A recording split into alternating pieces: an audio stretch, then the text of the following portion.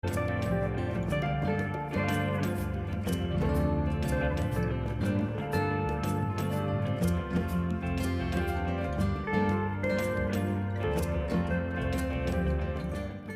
morning. What a night that was.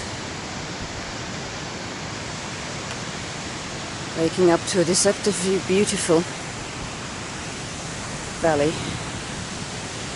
But boy, did this poor little thing get a battering from the wind last night. The wind was coming from this side here, and it basically flattened the tent on that side on several occasions. We can attest to that because that's where our heads were, and we just kept getting smothered. But every time the gust ended, it just jumped back into shape, and the only thing that happened when we woke up this morning is that the side porches, the zips had undone themselves. Other than that, it stood up absolutely brilliantly. What a beautiful morning. But it is cold. Really cold. Really, really, really cold. There's splinters of ice which have fallen from the tent out onto the fly. Yeah, the condensation turned to ice. Yeah. Not even winter. No! The joys of hiking in the Lake District. We're seven days away from the beginning of spring, I think, or something like that. Nobody told these buggers. It's spring! Spring, you hear me? Spring!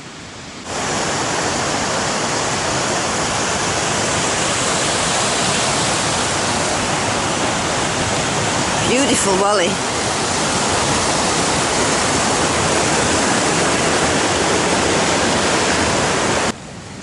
Extraordinary tree.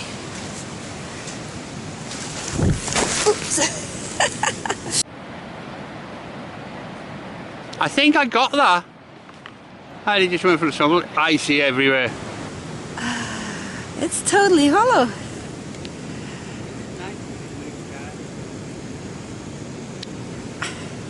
We camped just up there. Isn't it nice to see blue skies? Sounds like a song, doesn't it? There's Heidi, still on a bum.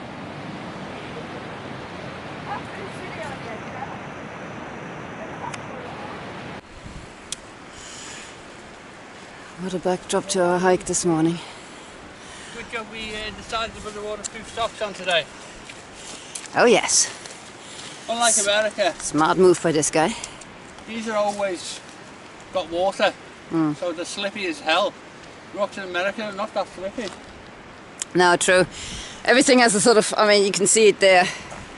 This is obviously a dry rock, but they've got bits of little moss on it. If there's water coming onto this the green bits, they turn to soap. And as I demonstrated earlier so forcefully, even the grass is slick as hell. The thing I fell down was a grass verge, maybe, I don't know, that sort of slope from there to there. I mean, you just shouldn't be able to slip on it, but yeah, soap. So this is another really nice sort of flattish stretch where you should be able to make really good speed, but we're still having to watch every step we take because it's slippy, it's muddy, it's not liking us. No, the tent wasn't happy last night either. It did well, though. Yeah. Shout out to REI, that's a good tent. What is it? It's the half dome, isn't it? Yeah, the half dome. We decided to cheat a little bit, with conditions being what they are. Rocky, muddy, rocky, slippy, ankle twisty. We've crossed over a footbridge up there. Can't see it now. Yeah. Into the other side of the river. The Cumbria Way actually stays on the right side of the stream. We've crossed over to the left. There's been a trail all the while going down this valley on this side, doing the exact same thing as the Cumbria Way. It just follows the stream. And it will now take a turn to the left when the Cumbria Way takes a turn to the left. So it's not, you know, It's not shorter or anything, but as you can see, it's wider and a little bit easier to go on at the moment. There's a lot of water in the streams.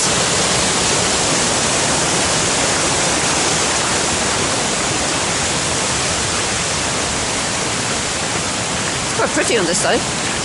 Not that the other side wasn't pretty as well, but we've got more trees on this side. Oh. You woke the sheep up. Did you decide to move after all? Yeah, no, can you guys just move past now? Yeah, bugger off. Right now we've got 20 winks. Very thick legs, haven't he? Yeah. Thick legs, yeah. Yes, you. Not you. You've been working out, haven't you? What is it? What is it you're chewing on, tourist?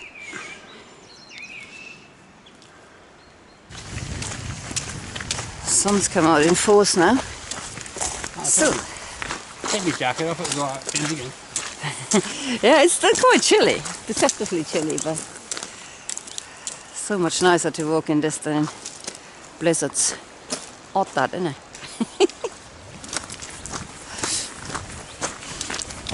Pretty wood section here we're walking through. These are the caves we looked at last time. Caves, mines, whatever they are. Given the amount of slate slack everywhere, I'm guessing mines.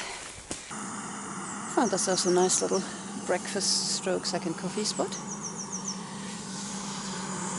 Brian's going through his 5th costume change of the day. I'm happily taking my long johns off and waiting for people to go past. Oh, why not? Why not flash them? Life isn't exciting enough. They look a bit older than me. Might give them a heart attack. In fright, that is. The water's on. And we're off. Yeah, he's taking his pants off now. I will not film that. Very pleasant river walking here.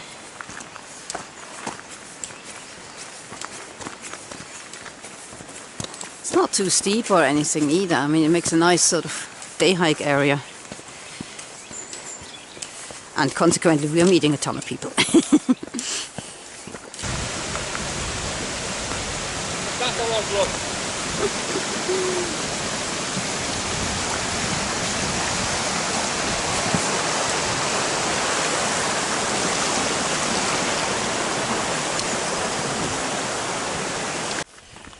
Just catching a glimpse of Derwent water through the trees. A very faint glimpse, but there's definitely water.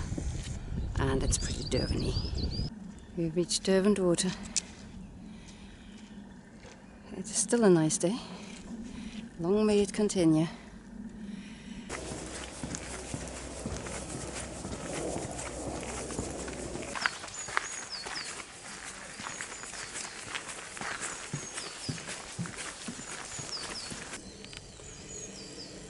He's got the right idea.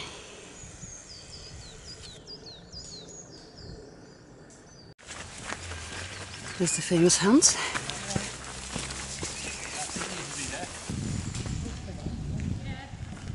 Yeah. Well, this is where the Hans used to sit. And now they're over there. There they are. In their new location. Not sure whether they got kind of taken there by a flood. There's another one of those sculptures. A bench this time. Hello, darling.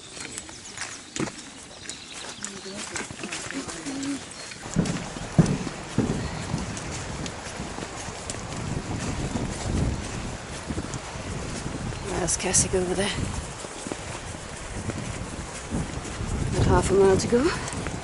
God, this bridge vibrates. You wouldn't think so with it being concrete. Leaving Cassick after a quick bite to eat. Newcastle's a nice place, nice views. Oh yeah. I had a glamorous lunch of tortilla and cheese wraps outside the public toilet. because when we slum it good.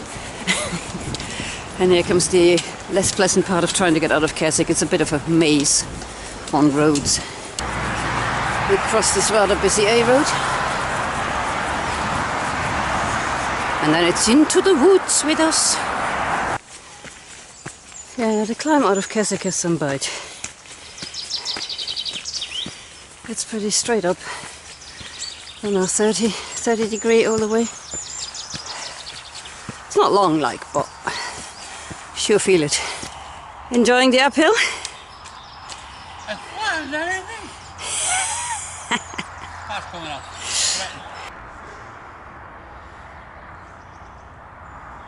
What is it? Look back on Keswick. What? Look forward to Smurfy's. Yeah.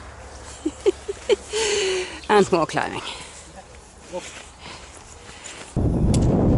Getting lost amongst the sheep. Sometimes you need really good eyes to make out where your markers are.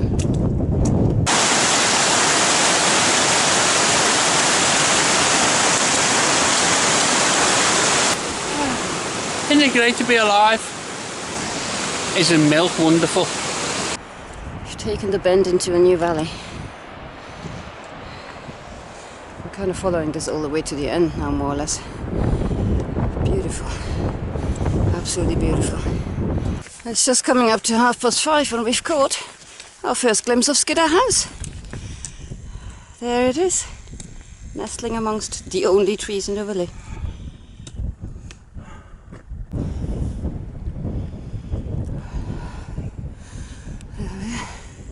Scous House hostel. Not open at this time of the year, obviously. It's the highest hostel in Britain. Elevation 1,550 foot.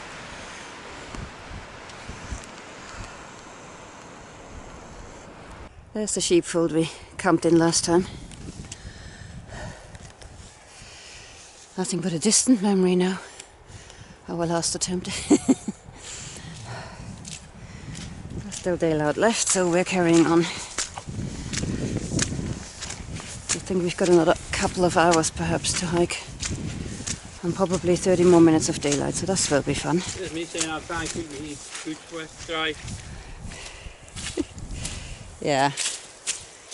Not going to happen. It's been a splash fest. All hail the waterproof socks.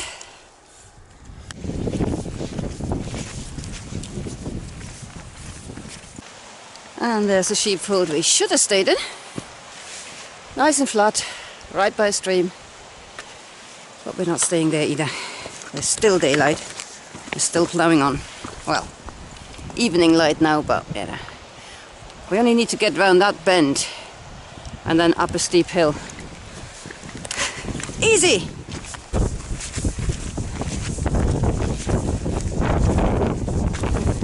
The headlamps are out and it is still sporadically boggy.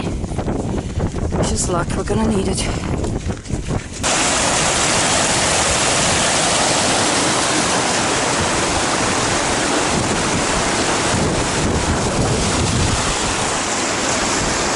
It's bleak.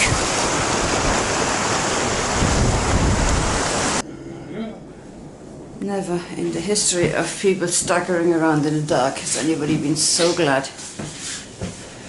to find the shelter they were looking for. This is Linky Hut. This is where we shall spend the rest of what's remains of the night.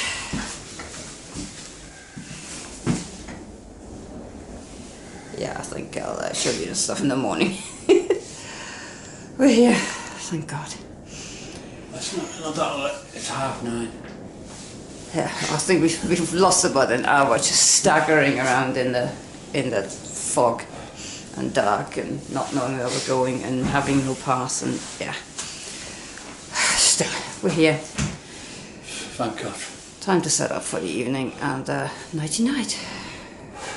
Having fallen short of our intended mileage the first 2 days, we left ourselves with a bit of a mountain to climb for the last 2, but we set off in good spirits because, you know, the weather had improved and this is a very, very beautiful, long, flattish valley, which then turns into another beautiful, long, flattish valley. Now we kind of crossed over here and followed the valley on this side instead, because as we said, the path was just a bit easier. But as you can see, it's horses for courses kind of thing. So we rejoined the Cumbria Way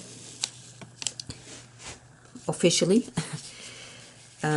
Followed this beautiful, beautiful flattish forest stretch, and then you're kind of pretty much at Derwent Water, which is another long but very easy walk along the shores of the lake and into Keswick, where we had a spot of lunch and then set straight back out to climb this hill here. And then from there on, again, it's a steady but really, really gentle climb all the way up to Skidder House. And it was 5:30 by the time we got there, and we knew we were chancing it a bit. We had left to do on the map these bits here to here, so it's not a lot. But the ground was boggier than anticipated, and the night fell faster than we had hoped. So from about, I think, yeah, this was the first sheepfold, and there's the second sheepfold we pointed out. So from about here on, it was pitch black, and we were still staggering around in bog a bit. I mean, the way is impossible to miss, but it just, you have to slow down when you can't see where you're stepping if the path isn't favourable. And then we took the sharp turn into the mines, which unfortunately this time around we couldn't see at all. And then from here on in, the Cumbria Way famously disappears. I mean, it seems a really straightforward path on the maps. There, no problem. Here somewhere is Lingy Hut, can't remember, it's somewhere around here. It looks really straightforward, but from about there onwards there is no path. I mean, no matter what the Ordnance Survey map says, you cannot see where you're supposed to be walking. You're kind of climbing on the side of this stream all the time, but whatever path there was might have eroded away, it's overgrown, I don't know what. We've done this bit twice now, once in daylight and once in the night, and if anything at night time it was easier to see than in the daytime. It's just a non-existing path. Now normally you can see, however, from about here, if you look up the hill, you can see Lingy Hut. So you can just, go for it if need be. Now of course we were walking around in pitch black and fog. I mean, I kept thinking my glasses had steamed up. I kept cleaning my glasses obsessively until Brian pointed out that it really was fog. You couldn't see anything. And we got really worried because at one point Brian asked, how far is Lingy Hut off the path? And I couldn't remember anymore. I mean, it is, as it happens, it's directly on the Cumbria Way. But I thought, in these conditions, if it is like 10 foot to the left or 10 foot to the right, we're not going to see it. We're going to walk straight past. So we spent about half an hour just walking up and down this area, hoping that, checking whether we'd missed it. And as it happened, we were just short of having seen it the first time. So we were more than relieved to get to the hut for that night.